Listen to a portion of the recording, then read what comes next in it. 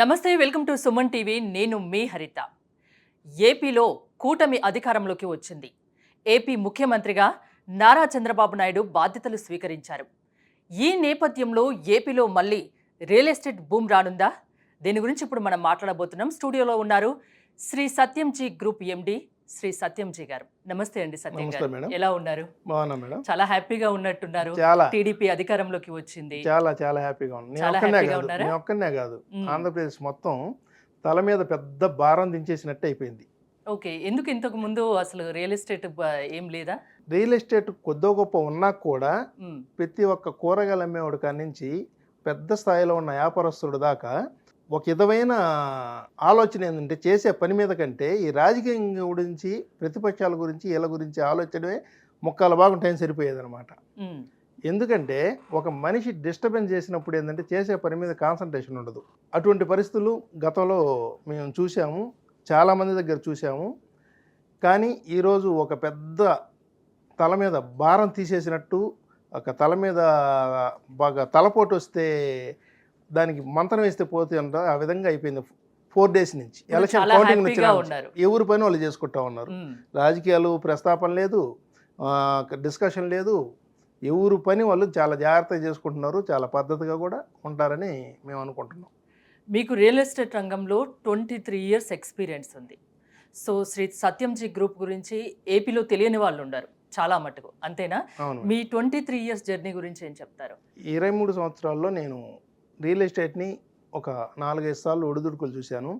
ఎందుకంటే real estate 5 yearsకి ఒకసారి boom అలా రేజ్ వెళ్ళిపోతుంది. సామాన్య మానవుడికి అందుబాటులో లేని రేటు కూడా ఉంటుంది. ఒక 5 ఏళ్ళు స్తబ్దతగా ఉంటుంది. ప్రతి ఒక్క వ్యక్తి ఏంటంటే బాగా భూమి ఉన్నప్పుడు అందరూ ఎగబడి కొంటారు, భూమి లేనప్పుడు స్లోగా కొంటారు. నష్టపోయేది ఎక్కడంటే స్టార్టింగ్లో కొన్నప్పుడు వాళ్ళకి మంచి ప్రాఫిట్ వస్తుంది. బాగా రేజ్ అయ్యి ఆగిపోయిన తర్వాత అప్పుడు కొంటే వాళ్ళు 5 years ఖచ్చితంగా వెయిట్ చేయాల్సిందే. ఒక మన ఆంధ్ర కానీ తెలంగాణ ఎక్కడైనా రియల్ ఎస్టేట్ అనేది ఒక సామాన్య మానవుడు ఆర్థిక స్థితి బాగోడానికి మినిమం 5 years పడుతుంది. 5 year పీరియడ్లో తెలియకుండానే 5 ఏళ్ళు భూమి వస్తుంది. ఆ భూమి అనేది ఒక్కోసారి గవర్నమెంట్ని బట్టి వస్తుంది. లాస్ట్ గవర్నమెంట్లో కొన్ని ఏరియాల్లో ఉంది కానీ మొత్తం ఏరియాలో లేదు. ఎందుకంటే డెవలప్మెంట్స్ ఎక్కడా లేవు.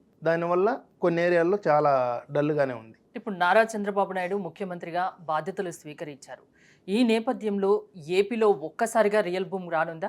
ఒక్కసారి అంటే ఒక 6 months టైం పడుతుంది, ఖచ్చితంగా వస్తుంది. ఎందుకంటే ఆంధ్రప్రదేశ్ మొత్తం అన్ని జిల్లాల్లో అద్భుతమైన మెజారిటీ వచ్చింది కాబట్టి గవర్నమెంట్ కూడా ఒక బాధ్యతగా ఖచ్చితంగా చేయాల్సిందే.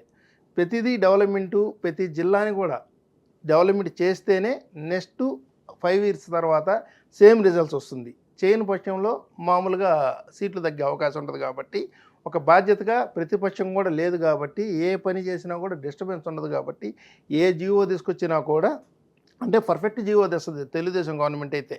ఏదైనా కూడా ఎవరు కోర్టుకు వేసినా కూడా అది 100% పాస్ అయిపోద్ది. లాస్ట్ గవర్నమెంట్లో మాదిరి ఎన్ని జీవోలు వేసినా అన్ని కోర్టుకు వేసినా కూడా రిజిట్ అయినవి మనం కంటితో చూసాం.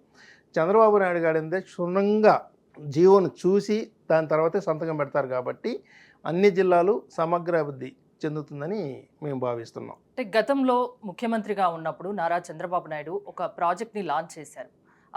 పెద్ద అపార్ట్మెంట్స్. అది ఆన్లైన్లో పెట్టిన వెంటనే బుకింగ్ స్టార్ట్ అయిపోయాయి, వెంటనే అమ్ముడుపోయాయి.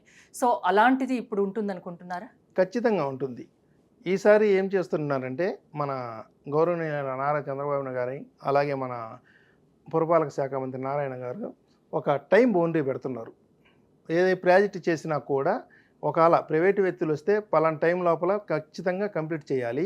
అలాగే గవర్నమెంట్ కూడా ఈసారి భూమి పూజ టైం ఇచ్చేసి ఇన్ని రోజుల్లో కంప్లీట్ చేస్తారని ఖచ్చితమైన జీవోని తీసుకొచ్చి ఆన్లైన్లో పెడుతున్నారు.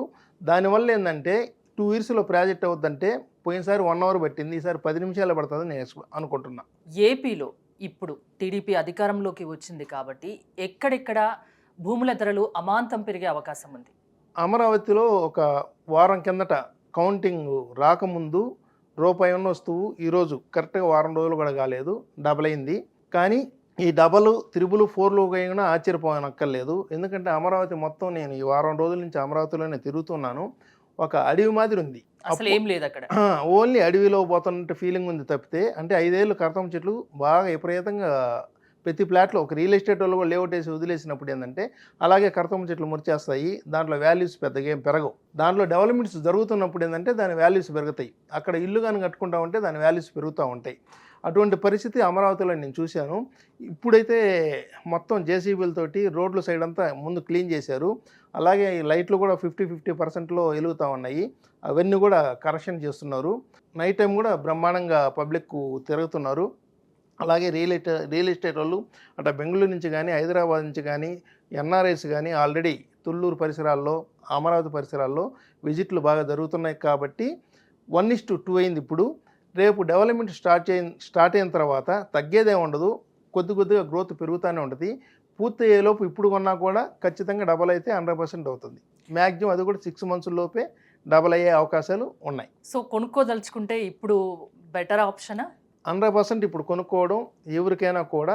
మన రాజధాని, కొత్త రాజధాని, నాకు తెలిసి ఇండియాలో అటువంటి రాజధాని చూడబోం. ఎందుకంటే ఆల్రెడీ ఎస్టాబ్లిష్ అయిన రాజధానులు దాన్ని ఎవరేం డిస్టర్బెన్స్ చేయలేం. ఇది పర్ఫెక్ట్గా ఒక సిస్టమ్ ప్రకారంగా అండర్గ్రౌండ్ డ్రైనేజ్ అయితేనేమి, కేబుల్స్ అయితేనేమి ఎక్కడ కూడా పైన అవపడవు. మనం సిటీలో చూస్తుంటాము, అన్ని కరెంటు స్తంభాలకి కేబుల్స్ అన్నీ వెళ్తూ ఉంటాయి. అటువంటి పరిస్థితి ఇక్కడ ఉండదు. ఏదైనా కూడా అండర్గ్రౌండ్ పోవాల్సిందే. అసలు అంత అద్భుతమైన సిస్టంగా తయారు చేసి వాటర్ పైప్ లైన్స్ అయితేనేమి, ప్రతి ఇంటికి డ్రింకింగ్ వాటర్ అయితేనేమి, కేబుల్ అయితేనేమి చాలా అద్భుతంగా విశాలమైన రోడ్లు, మళ్ళీ మొత్తం 200 అడుగుల రోడ్లు, 150 అడుగుల రోడ్లు, అన్నీ విశాలమైన రోడ్లే. చాలా అద్భుతంగా మన కంటితో కేవలం 6 monthsలోనే ఒక రూపం వస్తుంది. 2 yearsలోనే అద్భుతమైన ఒక షేప్ వస్తుంది. ఆ షేప్ను చూసిన తర్వాత పెద్ద పెద్ద ఇండస్ట్రీస్ కానీ, ఒక హోటల్స్ కానీ, ఒక కమర్షియల్ బిల్డింగ్స్ ఏమైనా కూడా, లేదా పెద్ద పెద్ద రాజధానిలో ఇల్లు కట్టుకోవాలన్న వాళ్ళు కూడా అద్భుతమైన ఇల్లు కట్టుకొని ఎంజాయ్ చేసేది త్వరలోనే 1 year లోపే మనం చూస్తాం. అంటే గతంలో భూములు కొని నష్టపోయాము అన్న భావనలో ఉన్న వాళ్ళకి ఇప్పుడు మంచి రోజులు వచ్చాయంటారు. 100% లాస్ట్ గవర్నమెంట్లో భూములు ఇచ్చిన, అసలు వాస్తవం చెప్పాలంటే ఒక గవర్నమెంట్ని నమ్మి 35,000 ఎకరాలు ఇవ్వడం అంటే ప్రపంచ చరిత్ర. ఒక ప్రైవేటు వ్యక్తికి 100 ఎకరాలు చెక్కాలంటే మా బోటాలకి, ఒక పెద్ద కంపెనీకి అయినా మటుకు ఒక 500 ఎకరాలు చెక్కాలంటేనే సంవత్సరాలు పడుతుంది. ఒక ల్యాండ్ ఓనర్ ఇస్తే ఒక ల్యాండ్ వీరు ఏదైనా మేము ఒక ప్రాజెక్ట్ డిజైన్ చేసి ఆ ప్రాజెక్టుకి మాకు ఒక 500 ఎకరాలు కావాలా, 1000 ఎకరాలు కావాలంటే సంవత్సరాలు పడుతుంది. నడి మధ్య ఒక 10 మంది పోయినా ఆ ప్రాజెక్ట్ రాదు. అటువంటి పరిస్థితుల్లో ఒక చంద్రబాబు నాయుడు గారు ఒక అనౌన్స్మెంట్ చేసి దానికి మన నారాయణ గారు సమస్ఫూర్తి ఉంది, ఆయన దగ్గర ఓపిక ఉంది. ఆ ఓపికతోటి కరెక్ట్గా 1 year లోపే 33,000 ఎకరాలు రైతులను ఒప్పించి తీసుకోవడం అంటే ఒక వ్యక్తి సామాన్యమైన విషయం కాదు. దాంట్లో మనం గమనించాల్సింది ఏంటంటే ఒక టాటా కంపెనీ అయి ఉండొచ్చు, రిలయన్స్ కంపెనీకి అయి ఉండొచ్చు, ఇంకా ఫారిన్ కంపెనీస్ ఏదైనా కూడా వాళ్ళకి ఇస్తే, ఎందుకంటే పెట్టుబడి మేమే పెడతాం కాబట్టి, అదే ఆ కంపెనీలే డెవలప్మెంట్కి డబ్బులు పెడతారు కాబట్టి, ఒక బాధ్యతతోటి పనిచేస్తారు కాబట్టి ఖచ్చితంగా ఇది జరగద్దని ఇన్వెస్ట్ వస్తారు. ఒక గవర్నమెంట్ని నమ్మి రైతులు ఇచ్చారంటే రైతులు కూడా దండం పెట్టుకోవచ్చు. ఎందుకంటే 5 ఏళ్ల తర్వాత గవర్నమెంట్ మారితే అనే ఆలోచన ఆ రోజు ఎవ్వరికి రాలా. నేనైతే ఊహించా. గవర్నమెంట్ చంద్రబాబు నాయుడు గారు వచ్చారు, బ్రహ్మాండంగానే ఉంది. నెక్స్ట్ గవర్నమెంట్ వస్తే ఈ గవర్నమెంట్ డెవలప్ చేస్తుందా లేదా అనేది నేనైతే ఊహించాను. ఖచ్చితంగా అట్టే జరిగింది. కానీ ఒక వ్యక్తి, ఒక మంచి వ్యక్తి కానీ ఇంకొక వస్తువు విలువ తెలియాలంటే ఒక చెడు పక్కనుంటేనే దాని విలువ తెలుస్తుంది. అది ఈ 5 yearsలో తెలిసింది. చూసి మళ్ళీ చంద్రబాబు నాయుడు ఏపీ ప్రజలు పట్టం కట్టారు. ఇట్లా కాదు. అంటే మీరు ఏమైనా గడ్డు పరిస్థితులను ఎదుర్కొన్నారా వైసీపీ ప్రభుత్వంలో రియల్ ఎస్టేట్ రంగంలో ఉండి? సహకరించిన వాళ్ళు సహకరించారు, సహకరించిన వాళ్ళకి కొంతమందికి సహకరించలేదు. శ్రీ సత్యంజీ గ్రూప్ వెంచర్స్ ఏపీలో ఎక్కడెక్కడ ఉన్నాయి ప్రస్తుతానికి? నెల్లూరు జిల్లాలో ఉన్నాయి. మా నెల్లూరు జిల్లా చుట్టుపక్కల సుమారు కొన్ని 100 ఎకరాలు వేసాము. నేను వావులేడుపడే అనే గ్రామంలో ఇదే మాది రాజధాని ఎన్నుకున్నట్టే నేను అప్పట్లో ఒక 600 ఎకరాలని డెవలప్ చేయాలని, ఒక సిటీ డెవలప్ చేయాలని ఆలోచనతో అక్కడ ల్యాండ్ ఎన్నుకున్నాను. నాకు 2 years పట్టింది, 175 ఎకరాలు. తర్వాత రాజశేఖర రెడ్డి గారు చనిపోయిన తర్వాత పరిస్థితులు కొద్దిగా మారిపోయినాయి. తర్వాత ల్యాండ్ ఎక్వైర్ చేయలేకపోయాము. ఆ అనుభవాన్ని కూడా అమరావతి రైతులకి నేను ఒక వీడియో ద్వారా ఫస్ట్ చంద్రబాబు నాయుడు గవర్నమెంట్ వచ్చినప్పుడు మంగళగిరిలో ఒక 6 నెలలు వీడియో కూడా వేసాను. అందరూ సహకరించండి గవర్నమెంట్కి, అద్భుతమైన సిటీని మనం చూస్తాము, మీ పిల్లల భవిష్యత్తు బాగుంటుంది, అలాగే ఆంధ్రప్రదేశ్కి ఒక మంచి రాజధాని వస్తుందని కూడా ఒక వీడియో కూడా అప్పట్లో వేయడం జరిగింది. ఏపీలో ఇప్పుడు చంద్రబాబు నాయుడు ముఖ్యమంత్రి అయ్యారు.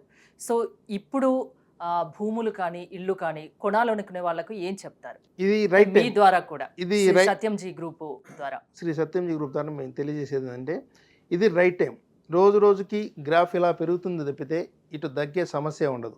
ఒక మన సెల్ ఫోన్ సిగ్నల్స్ ఏ విధంగా ఉంటాయో ఆ విధంగా ఖచ్చితంగా ఉంటుంది. ఇన్వెస్టరు ఎంత తొందరగా నిర్ణయం తీసుకుంటే వాళ్ళ పిల్లలకి మంచి గిఫ్ట్ ఇచ్చిన వాళ్ళు అవుతారు. చంద్రబాబు నాయుడు రావడంతోనే భూముల ధరలు అమాంతం పెరిగిపోయాయని ఒక న్యూస్ కూడా వినిపిస్తోంది. అది గ్రౌండ్ లెవెల్లో నిజమా? అమరావతిలో పెరిగినాయి. కొరవ జిల్లాల్లో ఇప్పుడిప్పుడే జనాలు ఆలోచిస్తూ ఉన్నారు. తొందరలో కూడా నిర్ణయం తీసుకుంటారు.